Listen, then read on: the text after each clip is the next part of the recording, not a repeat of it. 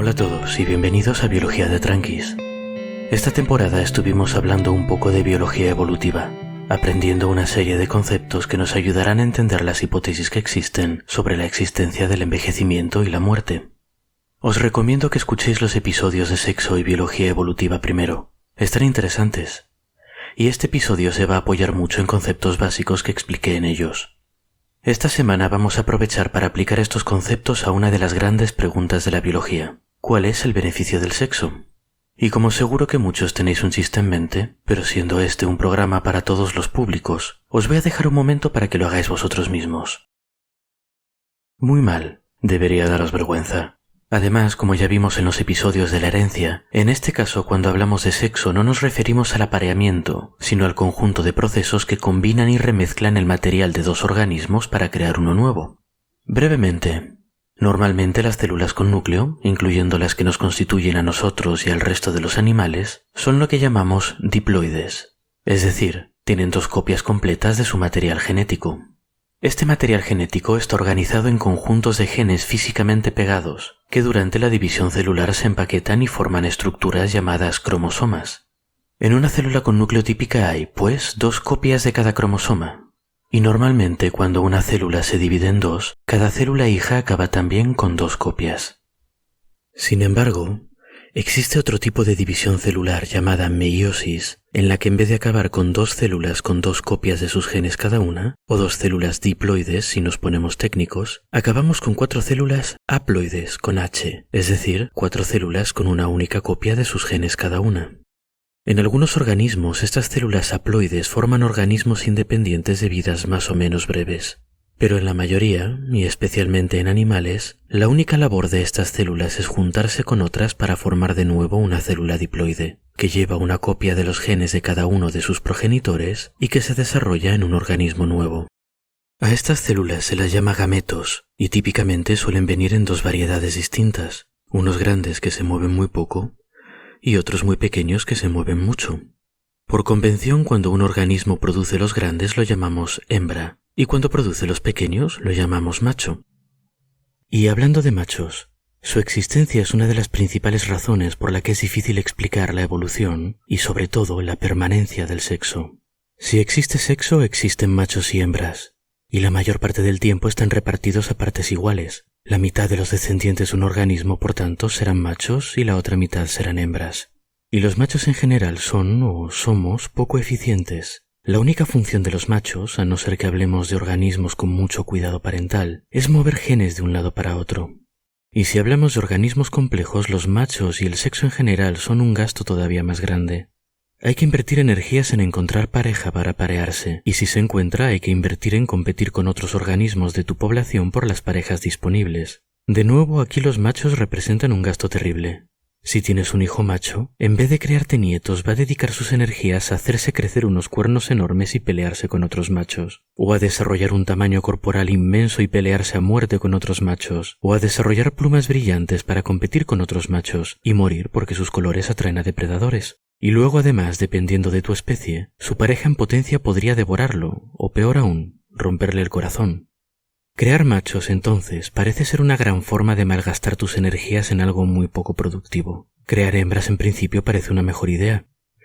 Las hembras, por regla general, suelen dedicar gran parte de sus recursos a crear descendencia nueva, así que por un precio parecido al de un macho, sacas más nietos.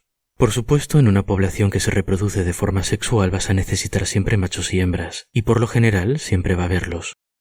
Una vez tenemos reproducción sexual y por tanto gametos, parece haber una tendencia muy fuerte a que aparezcan por un lado gametos pequeños y móviles y por otro gametos grandes y estáticos. Este es otro enigma interesante de la biología que merece su propio episodio, pero por ahora simplemente quedémonos con que si hay sexo, casi seguro que hay machos y hembras que se necesitan mutuamente para crear descendencia. Y por tanto esta impresión en machos en especies con reproducción sexual se mantiene como un mal necesario. Pero la verdad es que no parece tan difícil ahorrarse todo este problema. Si el sexo tiene estos costes tan grandes asociados, ¿para qué reproducirse sexualmente? La reproducción asexual es algo que a nosotros nos es poco familiar, pero es bastante abundante en el reino animal, y en plantas, hongos y organismos unicelulares lo es más todavía.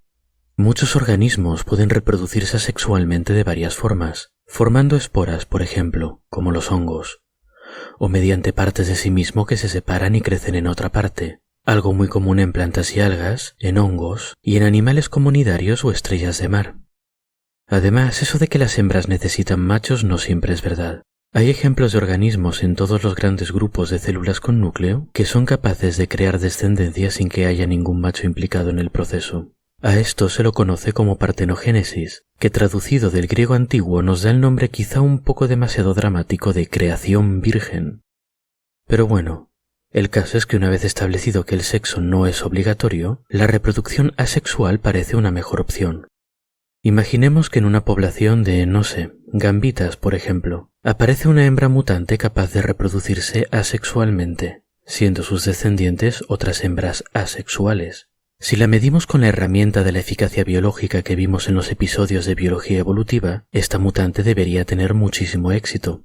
Mientras el resto de los componentes de la población están gastando su energía en crear, pues, aproximadamente un macho por cada hembra, ella por el mismo gasto puede crear 2 hembras, que a su vez pueden crear 2 hembras, que a su vez pueden crear 2 hembras, etc. Estas gambitas asexuales tendrían, calculado así grosso modo, el doble de eficacia biológica que el resto de las gambitas de la población, solo con ahorrarse los machos.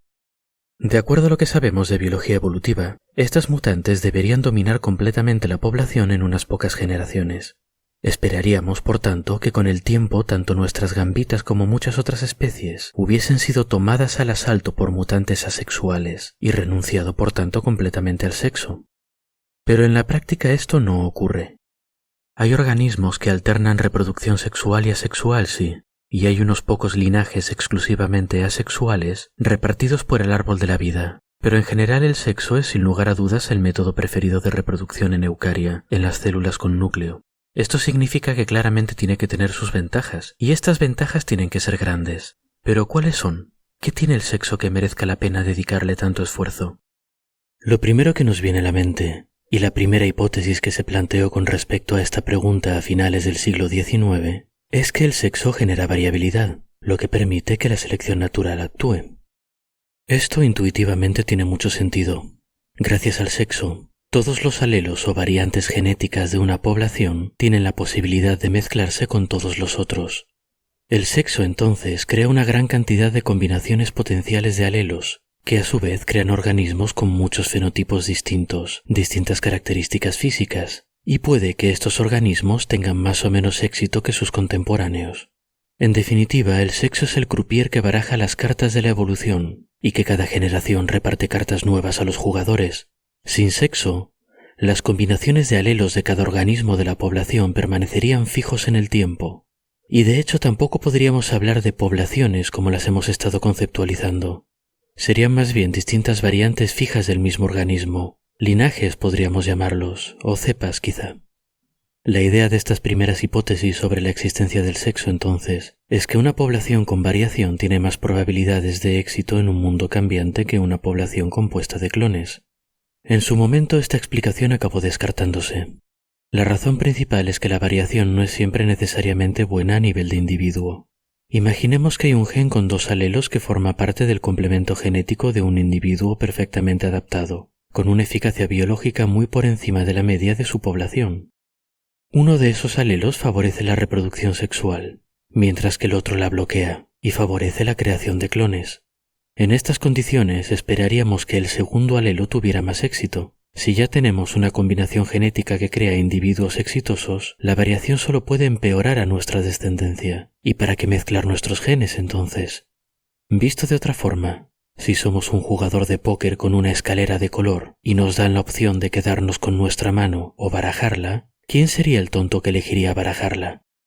Según este argumento, en una población dada tarde o temprano aparecería un organismo con muy buena eficacia biológica, y en ese momento, cualquier mutación que hiciese reproducirse asexualmente a ese individuo, lo convertiría en un auténtico campeón evolutivo que está bien adaptado de base y encima no tiene que pagar el coste de reproducirse sexualmente, y por tanto no necesita diluir sus excelentes genes en el proceso ni crear machos.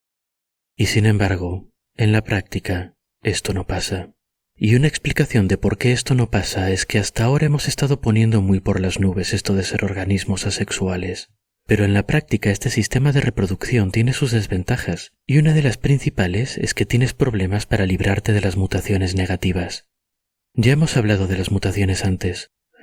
Son cambios en las secuencias de ADN de un organismo causadas por errores al copiarlo o por influencias externas como radiación o contaminantes.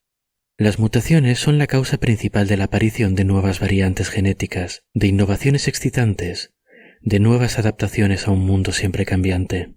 Pero las mutaciones que hacen estas cosas tan beneficiosas son una parte muy pequeña. La mayor parte de las mutaciones no son tan convenientes para nosotros. Los programas genéticos que nos forman y nos mantienen funcionando son una maquinaria muy compleja y delicada, y una mutación es el equivalente molecular de darle una patada fuerte a esta maquinaria.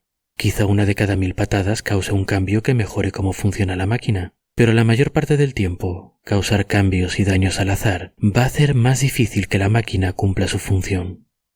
La mayor parte de las mutaciones, entonces, no solo no mejoran la eficacia biológica del individuo que las porta, sino que en muchas ocasiones lo perjudican. En organismos sexuales esto no es un problema muy grande. Si un organismo porta un alelo mutante desfavorable en una copia de uno de sus genes, al reproducirse sexualmente puede pasar una copia de este a algunos de sus descendientes. O podría pasarles la copia sana, por llamarla de alguna forma, porque normalmente estos organismos son diploides y tienen 2 copias de cada uno de sus cromosomas, y por tanto de cada uno de sus genes. Incluso en el caso de que le pase el alelo mutante a su descendiente en vez del sano, es muy probable que su pareja de reproducción no tenga la misma mutación, así que el descendiente tendrá garantizado al menos un alelo sano.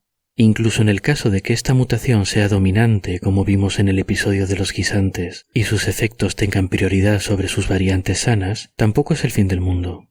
Algunos de los descendientes no llevarán la mutación dañina, tendrán mayor eficacia biológica que sus desafortunados hermanos, se reproducirán más que ellos, y por tanto el alelo dañino irá desapareciendo, o al menos se mantendrá en una frecuencia baja dentro de la población. En un linaje asexual, en cambio, una vez una mutación dañina aparece, está ahí para quedarse. No hay forma de eliminarla excepto por el astronómicamente improbable evento de una segunda mutación que revierta la primera. Al ser las mutaciones perjudiciales mucho más comunes que las favorables, la idea es que un linaje asexual las irá acumulando y poco a poco irá perdiendo eficacia biológica, quizá hasta hacerse completamente inviable y extinguirse. Una población sexual, en cambio, tiene de forma efectiva miles de copias de seguridad de cada uno de sus alelos, lo que la permite ir deshaciéndose de esas mutaciones perjudiciales, y a la larga le da más posibilidades de sobrevivir. Esta es una buena explicación, pero tiene el problema de que está hecha desde la perspectiva de la selección de grupos. El sexo puede ser bueno a largo plazo para una población, pero eso los individuos no lo saben. Si un individuo obtiene mayor eficacia biológica reproduciéndose asexualmente, acabará siendo más numeroso que sus compañeros, y le dará exactamente igual lo bueno o malo que sea para su población dentro de miles de años. Si vamos a explicar el sexo y su permanencia, tiene que dar eficacia evolutiva a los organismos individuales y a sus descendientes. Vamos a verlo pues de otra forma, desde la perspectiva de los genes y sus distintos alelos, que al fin y al cabo son los protagonistas de esta forma de ver la evolución que hemos estado usando en los últimos episodios. Y recuperemos la analogía que vimos en el episodio 39, la de los parlamentos de genes. Cada organismo individual es una enorme estructura formada por la interacción de miles de genes, cada uno con sus respectivos alelos, reunidos en comité, trabajando en equipo para darnos forma y para mantenernos vivos. Un alelo que bloquee la reproducción sexual ha decidido quedarse en su parlamento actual para siempre. Ha dicho, da igual cuántos millones de años pasen, estos van a ser siempre los mejores colegas, y juntos vamos a ser siempre el parlamento más efectivo. Esto es una muestra conmovedora de camaradería, pero parece una apuesta un poco arriesgada en el mundo real. Mañana podría cambiar el clima, podría venir una nueva especie a depredarnos, o uno de los genes del parlamento podría mutar y empezar a fastidiarles el trabajo de crear cuerpos a los demás. Quizá a largo plazo, un alelo que cause asexualidad tenga muchas posibilidades de arrepentirse de apostar todas sus ganancias a la misma mano de cartas. En un mundo caótico y cambiante, quizá merezca la pena diversificar nuestras inversiones. Un alelo que promueva la reproducción sexual y la mezcla de genes puede no estar siempre en el parlamento ganador. pero como consecuencia del sexo, va a tener copias de sí mismo repartidas en parlamentos muy distintos dispersos por toda la población de organismos, cada uno con distintas combinaciones de alelos. Por un lado, esto le cubre las espaldas. Si un conjunto de genes deja de ser efectivo debido a la aparición de una mutación o a un cambio de condiciones exteriores, gracias al sexo podemos esperar a la siguiente generación, deshacer este parlamento subóptimo y reformarlo con miembros nuevos a ver si ahora funciona mejor.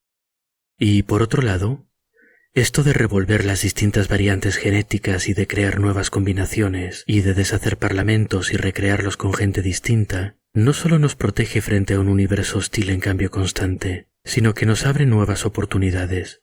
Las poblaciones no son infinitas, hay menos organismos que combinaciones genéticas posibles, y las que existen en un momento dado no tienen por qué ser las más eficaces para la situación actual.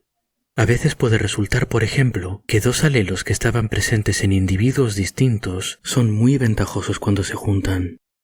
Si hablamos de dos linajes de organismos asexuales, estas variantes nunca se van a juntar en el mismo individuo, pero en una población sexual está casi garantizado que lo harán en algún momento. Esto aumentará la eficacia biológica del individuo portador, aumentando por tanto el número de copias de ambos alelos en la población, y de paso la de cualquier alelo que favorezca el tipo de intercambio sexual que ayudó a convertirlos en un equipo ganador, como un agente de negocios o un intermediario que se lleva su comisión. Además, aunque dijimos que la mayor parte de las mutaciones son dañinas, no todas lo son. Algunas pueden ser buenas y aumentar la eficacia biológica del individuo que las porta. En este caso, un alelo que favorezca el intercambio genético va a tener la ventaja de formar equipo con esta mutación ganadora en algún momento mientras se transmite por la población, y va a asegurarse de que forme parte de la mayor cantidad de parlamentos posibles para encontrar aquel que aproveche mejor sus habilidades. Esto es más importante todavía en el caso de posibles mutaciones que sean neutrales o dañinas, pero que sean ventajosas en un contexto genético específico, que trabajen bien con ciertos otros alelos cuando comparten parlamento con ellos. Esta visión es muy satisfactoria, porque nos permite explicar los beneficios del sexo a nivel poblacional y a nivel de alelos. A nivel de población, el sexo evita la acumulación de mutaciones dañinas, favorece la transmisión de mutaciones positivas y fomenta la generación de nuevas combinaciones favorables de genes. Por su parte, los alelos que fomentan el intercambio sexual se vuelven muy resistentes a la extinción en un mundo cambiante. Evitan comprometerse a formar parte de un parlamento de genes que podría fracasar mañana por cualquier razón, y en vez de eso se aseguran de formar parte de muchas combinaciones de genes distintas. Algunas de estas combinaciones serán particularmente eficaces y los alelos sexuales se asegurarán de que estarán ahí para compartir su éxito. Es posible que todas estas hipótesis y explicaciones os parezcan un poco abstractas, y tenéis toda la razón. La mayor parte de lo que hemos hablado hoy está en general derivado de modelos matemáticos puramente teóricos, y la verdad es que no es ciencia completamente establecida. A día de hoy no existe una teoría a prueba de balas para la evolución y permanencia del sexo, que sigue siendo uno de los grandes enigmas de la biología. Pero la idea general de que crear variabilidad es algo beneficioso y necesario en un mundo hostil, caótico y cambiante tiene su mérito, y está apoyada por observaciones experimentales y del mundo real. Y la idea tiene todavía más mérito cuando consideramos una situación todavía más hostil, caótica y cambiante. Una carrera armamentística contra otros organismos en la que los contendientes deben innovar lo más rápido que puedan para no quedarse atrás. La semana que viene hablaremos de esta situación, y por el camino presentaremos a unos humildes pero elegantes gusanos que pasan muy desapercibidos, pero que a los biólogos nos encantan. Hasta entonces pues, y espero que hayáis disfrutado el episodio.